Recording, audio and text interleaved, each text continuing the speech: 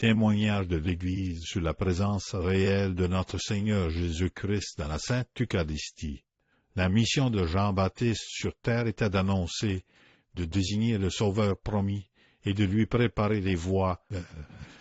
L'Église accomplit la même mission envers Jésus dans l'Eucharistie, mais une mission plus étendue, plus continue, qui embrasse tous les pays et tous les siècles. Elle a rempli ce devoir en exposant Jésus au monde dans le Saint-Sacrement, en le prêchant par la parole, et en lui rendant témoignage par sa foi et ses œuvres une prédication silencieuse aussi éloquente que la première.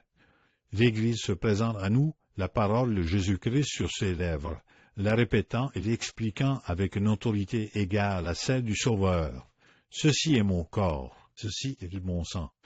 Elle nous dit, et nous devons croire, que par la puissance divine de ces paroles sacramentelles prises dans leur sens strict et naturel, Jésus-Christ est vraiment, réellement et substantiellement présent dans le très saint sacrement de l'autel sous les apparences du pain et du vin. Il nous dit, et nous devons croire, que Jésus-Christ, par sa toute-puissance, a changé la substance du pain en son corps, la substance du vin en son sang, et que son âme et sa divinité sont aussi présentes avec son corps et son sang.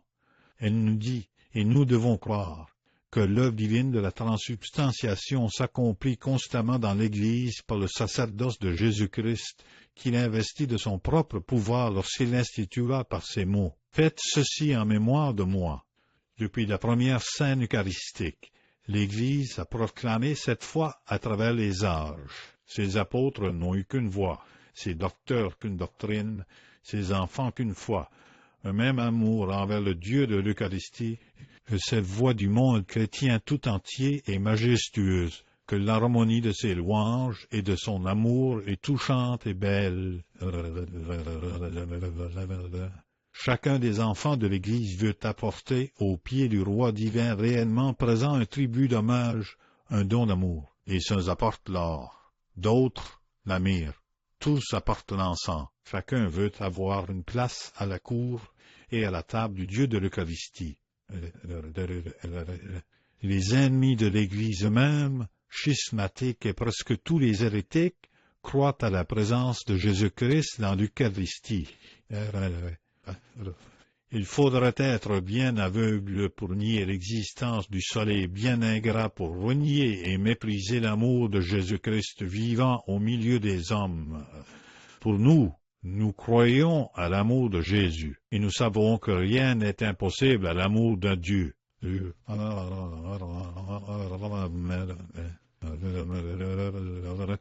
Au témoignage de sa parole, l'Église ajoute celui de son exemple et de sa pratique fidèle. Comme Jean-Baptiste, après avoir désigné le Messie, se jeta à ses pieds pour attester sa foi vive. Ainsi l'Église consacre un culte solennel, tout son culte à l'adorable présence de Jésus qu'elle nous montre dans le très saint sacrement.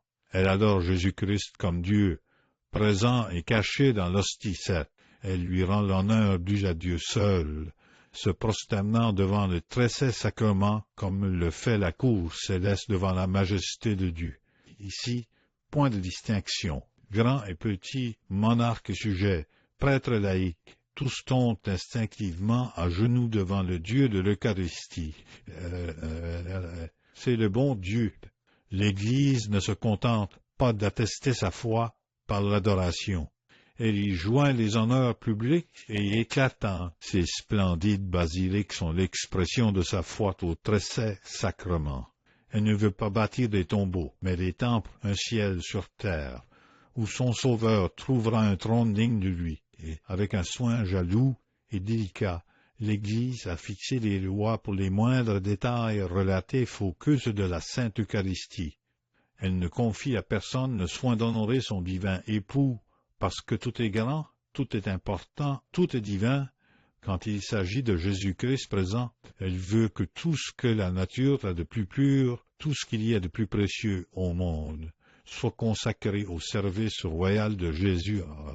En son culte, tout se rapporte à ce mystère, tout a un sens spirituel et céleste, tout possède une vertu, contient une grâce, que puissamment la solitude et le silence de ces temples contribuent au recueillement de l'âme. Avec quelle ferveur nous nous écrions à la vue d'une assemblée de dévots adorateurs devant le tabernacle. Il y a ici plus que Salomon, plus qu'un ange. Jésus-Christ est ici devant qui tout genou fléchit au ciel, sur terre et dans les enfers. Devant Jésus-Christ, dans le très saint sacrement, toute grandeur s'éclipse, toute certitude s'humilie et s'anéantit. Jésus-Christ est là.